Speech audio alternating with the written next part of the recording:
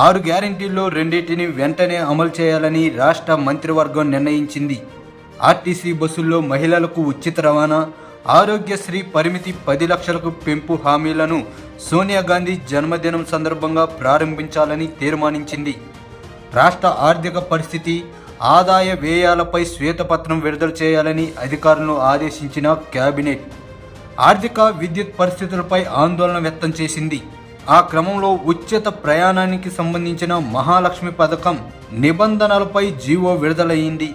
ముఖ్యమంత్రి రేవంత్ రెడ్డి ఆధ్వర్యంలో జరిగిన తొలి కేబినెట్ సమావేశంలో పలు కీలక నిర్ణయాలు తీసుకున్నారు. ముఖ్యంగా ప్రజలకిచ్చిన 6 గ్యారెంటీలకు సంబంధించిన అంశాలపైన చర్చించినట్టు మంత్రి శ్రీధర్ బాబు మీడియాకు వెల్లడించారు. అందులో ముఖ్యంగా మహిళలకు ఆర్టీసీ బస్సులో ఉచిత ప్రయాణ సౌకర్యం కల్పించే మహాలక్ష్మి పథకం తక్షణం అమలు చేయాలని కేబినెట్ నిర్ణయం తీసుకుంది. దాంతో తెలంగాణలో మహిళలకు ఉచిత బస్సు ప్రయాణం అమలు కానుంది. సోనియా గాంధీ జన్మదినం డిసెంబర్ 9 నుంచి మహిళలు ఆర్టీసీ బస్సుల్లో ఉచితంగా ప్రయాణించవచ్చు.